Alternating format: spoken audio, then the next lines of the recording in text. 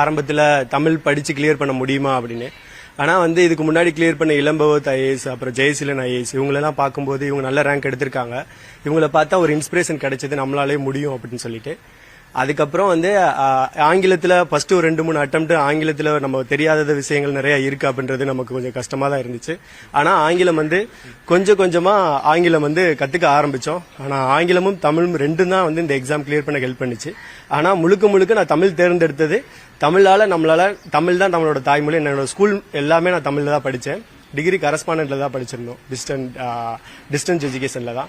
So தமிழ்ல நம்மளால அதிகமாக எக்ஸ்பிரஸ் பண்ண முடியும் அப்படின்றத நான் உணர்ந்ததுனால தமிழ்ல நல்லா எழுதினேன்.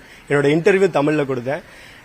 முழுக்க முழுக்க இந்த மெயின்ஸை நான் வந்து என்னோட எஸ்ஏ மார்க், எனக்கு மார்க் லிஸ்ட் ரிலீஸ் ஆகல, எனக்கு நல்ல மார்க் வந்திருக்கும் அப்படின்னா தமிழ்ல என்னால் எக்ஸ்பிரஸ் பண்ண முடிஞ்சதுனால மட்டும்தான் இந்த எக்ஸாம் கிளியர் பண்ண முடிஞ்சதுன்னு நான் சொல்லுவேன். ஆனா ஆங்கிலம் இல்லாம நம்ம இந்த எக்ஸாம் கிளியர் பண்ணிருக்க முடியாது சார். ஆங்கிலம் புரிஞ்சுக்கிறதுக்காகவும், ஏன்னா கேள்விகள் ஆங்கிலமும் ஹிந்தியிலையும் மட்டும்தான் இருக்கு.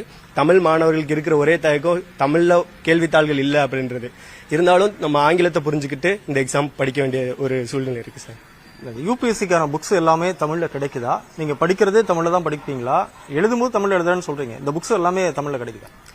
தமிழ்ல ஒரு சில புத்தகங்கள் இருக்கு, இல்லாம இல்ல. மேக்சிமம் எல்லா புத்தகங்களுக்கும் ஓரளவுக்கு இருக்கு. ஆனாலும் என்ன அப்படின்னா, கரண்ட் அஃபேர்ஸ், நடப்பு நிகழ்வுகள் வந்து நம்மளோட நியூஸ் பேப்பர் மட்டும்தான் தமிழுக்கு நம்ம நம்பி இருக்கோம். ஆனாலும் அந்த புது புது வார்த்தைகளுக்கான ஒரு ஸ்டாண்டர்டா தமிழ் வந்து இல்லாத ஒரு பட்சத்தில் வந்து எழுதும்போது சரியான வார்த்தை போட்டு எழுதுறதுக்கு வந்து கொஞ்சம் கஷ்டமா தான் இருக்கும். எக்ஸாம்ல எழுதும்போது எமோஷனல் இன்டெலிஜென்ஸ் ஒரு வார்த்தைக்கு வந்து பாத்தீங்கன்னா தமிழ்ல ஒவ்வொருத்தவங்க ஒவ்வொரு மாதிரியான சொற்கள் பயன்படுத்துறதுனால ஒரு ஸ்டாண்டர்ட் தமிழ் இல்ல அப்படின்றதுனால எந்த வார்த்தை எழுதுறதுன்றதுல எங்களுக்கு ஒரு தயக்கம் இருக்கு. இது ஒரு பிரச்சனை இருக்கு. அதனால இந்த புத்தகங்களும் வந்து பாத்தீங்கன்னா ஒவ்வொருத்தவங்களும் ஒவ்வொரு வார்த்தை பயன்படுத்துறதுனால எழுதுறதுல எங்களுக்கு கொஞ்சம் தயக்கம் இருக்கு.